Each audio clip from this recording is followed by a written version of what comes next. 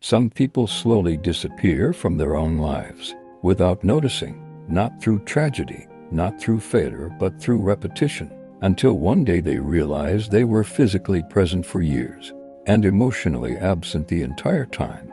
Daniel's mornings always looked the same. Wake up tired, drink cold coffee, leave home before the sun had fully arrived. At some point, he stopped asking himself whether he was happy. Survival became routine, and routine slowly became his entire identity. Every face around him looked emotionally somewhere else, like people carrying invisible weight they no longer talked about. The office never changed, same walls, same conversations, same feeling that life was moving without him inside it. He still carried her picture everywhere.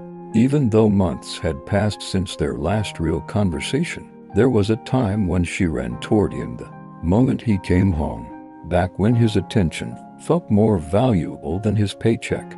Now silence followed him everywhere, even in crowded rooms. He stared at the message longer than necessary, not because he was busy, because somewhere inside himself, he already expected to disappoint her again.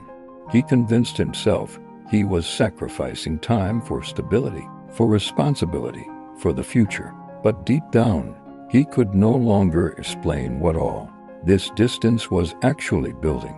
Margaret always noticed things people tried to hide, especially loneliness. "You look tired," she said gently. Daniel smiled the way exhausted people do when they do not want to explain their life. "My husband worked like that too," she said softly. "He thought love could wait until life became less busy." There was something painful about hearing another person describe your life so clearly. For the first time in a long while, he stopped distracting himself long enough to feel the emptiness inside the room. Thursday slowly approached, and with it came a quiet question Daniel kept avoiding. What mattered more, his work or the people waiting for him outside of it? The day of the play arrived like every other stressful day. Deadlines, calls, meetings, excuses already forming inside his mind. For years, he treated time like something endless, something he could repair later. But suddenly later did not feel guaranteed anymore. So for the first time in years, he left work unfinished. The city moved loudly around him, but inside, there was only one fear. "Please do not let me be too late again."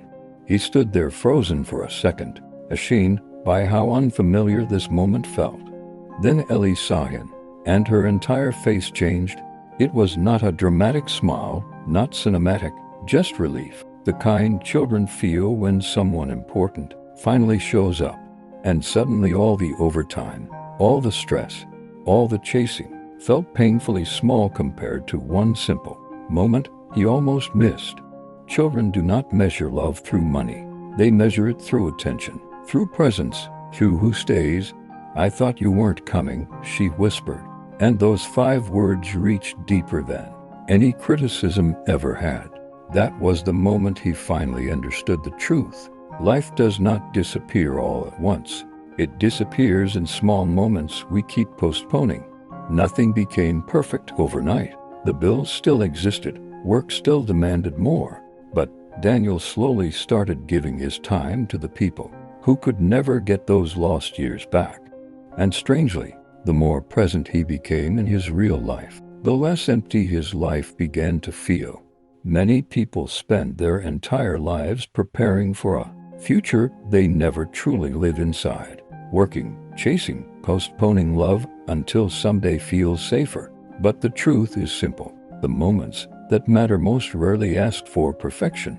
They only ask for presence, and sometimes showing up a little late is still better than never showing up at all.